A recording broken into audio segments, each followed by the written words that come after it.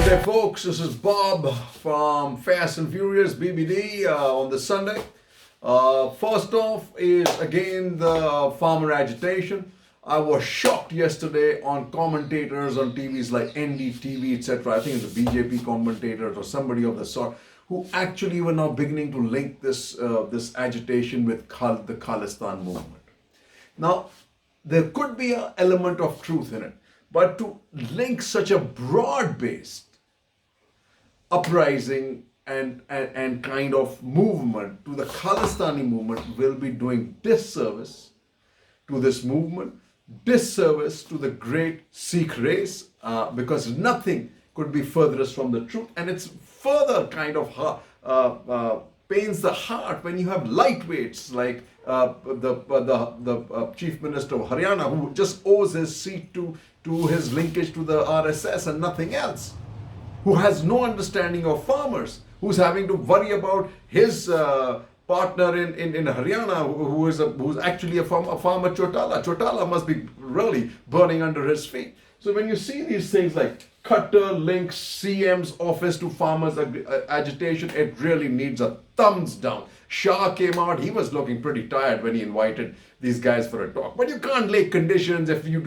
stay at Burari, no, talks are needed immediately, Home Minister. They can't wait any longer. Punjab suffered enough, And then farmers dig in heels, say more coming to Delhi, and now they're coming from everywhere. Rajasthan, UP, there were some scenes at the UP border too, right? But what is this crap that continues all over the place? No jihad against love interfaith marriages must be celebrated, not criminalized, as Sagrika Ghosh writes. This is totally right. He says nobody really cared as far as, who actually thought about it? After all, Mansoor Ali Khan Pataudi married Sharmila to go. There is a Special Marriages Act, and I didn't know that Urmila Matondkar is married to a Muslim man and is not converted, and that should be a news to everybody. So it's the funny thing is militant traditionalists detest love and interfaith marriages, but independent Indian founders wholeheartedly supported inter-religious marriages, rightly seeing it as a sign of social progress and enhancing of democracy. But more important, Ambedkar was convinced in the inter-marriages could liberate India from caste prejudices. The real remedy for breaking caste is intermarriage, said Ambedkar. In fact, BJP leaders, I don't know this, Naqvi is married and Shahnawaz Hussain, both are married to Hindus. And Sushil Modi is married to a Christian, folks. That's kind of hypocrisy. India's touted diversity is not just a series of colorful regional floats to show off at the Republic Day parade. Diversity will be truly meaningful only when India celebrates rather than criminalize Hindu-Muslim marriages. Absolutely right, folks. Then you have this little article, Ahmed Patel is gone, and it says, can Gandhi pull Congress out of the mess? Probably not. Maybe let somebody else take over. That'll help the Congress change things, right? You have wrong side driving takes 3 lives on 2 events. This is a regular feature. Is it just that we don't like laws? Are we just so uneducated and whatever it is?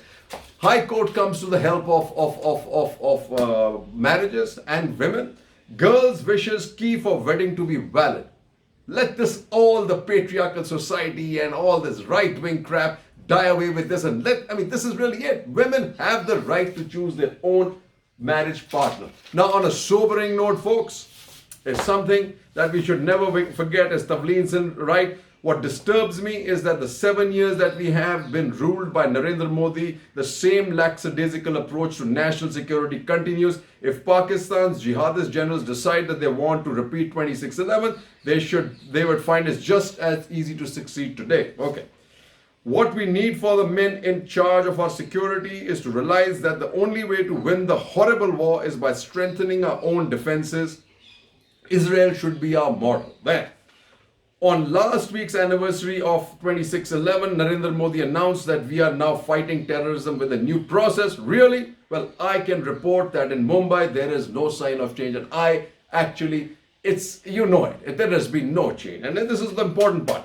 Why has the Home Minister, who sees himself as some Iron Man 2, wasted time hunting illegal immigrants from Bangladesh, of which there are none, instead of reforming the methods used to train our police? An answer is needed. After 26/11, the lesson we have learned is that it is no longer about Kashmir. It's about harming India in every possible way. It's why Mumbai happened, folks. Pakistan is all, it's all India, folks. Cheers.